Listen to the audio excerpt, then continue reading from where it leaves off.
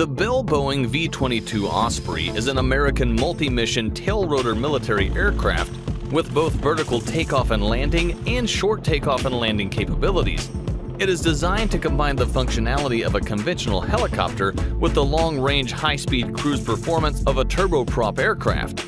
The failure of Operation Eagle Claw during the Iran hostage crisis in 1980 underscored the requirement for a new long-range, high-speed vertical takeoff aircraft for the United States Department of Defense.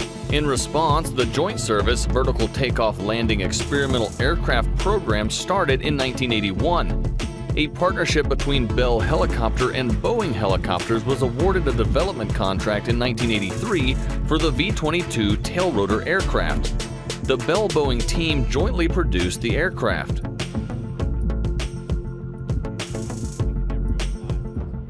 The Osprey is the world's first production tail-rotor aircraft, with one 3-bladed prop rotor, turboprop engine, and transmission nacelle mounted on each wingtip. It is classified as a power-lift aircraft by the Federal Aviation Administration. For takeoff and landing, it typically operates as a helicopter with the nacelles vertical and rotors horizontal. Once airborne, the nacelles rotate forward 90 degrees in as little as 12 seconds for horizontal flight, converting the V-22 to a more fuel-efficient, high-speed turboprop aircraft.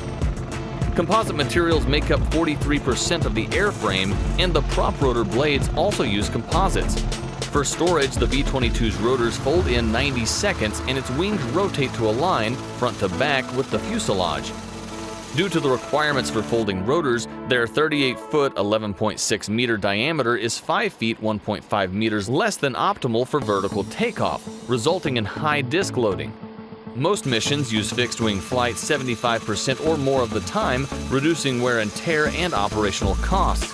This fixed-wing flight is higher than typical helicopter missions, allowing longer-range line-of-sight communications for improved command and control.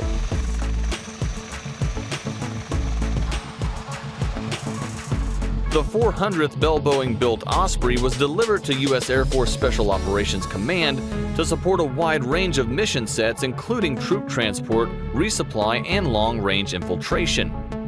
The Osprey has supported land and maritime combat and land war for many years since its arrival more than 10 years ago.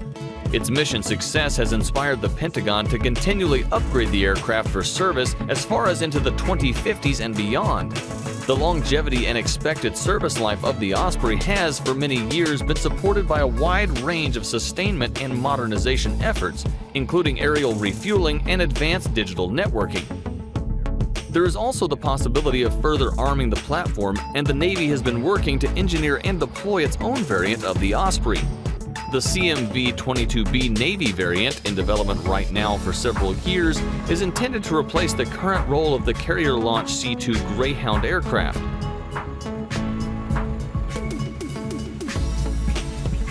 The military services who operate the Osprey have over the years added a digital interoperability technology to network the aircraft, its crews, and other air and ground nodes to transmit combat-crucial real-time intelligence information. Exhaust heat from the V-22's engines can potentially damage ships' flight decks and coatings.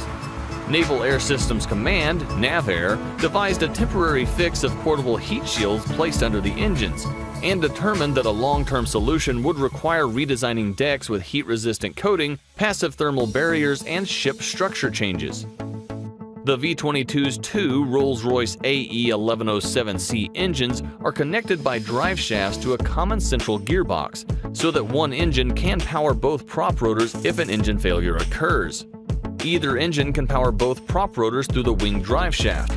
However, the V-22 is generally not capable of hovering on one engine. Due to its tilt-rotor configuration, the Osprey can hover in helicopter mode for close-in surveillance and vertical landings for things like delivering forces, equipment, and supplies, all while being able to transition into airplane mode and hit fixed-wing aircraft speeds. This gives the aircraft an ability to travel up to 450 nautical miles to and from a location on a single tank of fuel, Corps officials said.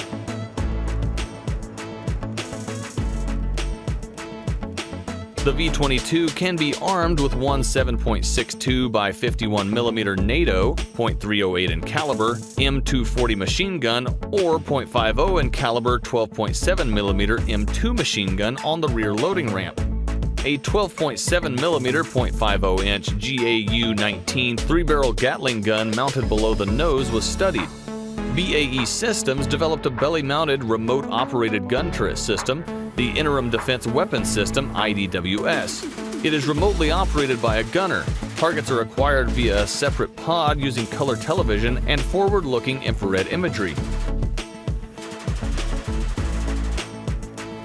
Over the years, the Naval Surface Warfare Center and various industry partners have explored the possibility of more fully arming the Osprey with new weapons, giving its fast-expanding combat roles. At one point, various services were exploring requirements along those lines. However, the status of such an initiative is, at the moment, unclear. At one point in recent years, industry experimented with firing 2.75 folding-fin Hydra 70 laser-guided rockets to support the aircraft's mounted guns. The high-speed version of the hose drogue refueling system can be deployed at 185 knots, 213 miles per hour, 343 kilometers per hour, and function at up to 250 knots, 290 miles per hour, 460 kilometers per hour. A mix of tanks and a roll-on, roll-off bladder house up to 12,000 pounds, 5,400 kilograms of fuel. Adding weapons to the Osprey would naturally allow the aircraft to better defend itself should it come under attack from small arms fire, missiles, or surface rockets while conducting transport missions. In addition, precision fire will enable the Osprey to support amphibious operations with suppressive or offensive fire as Marines approach enemy territory.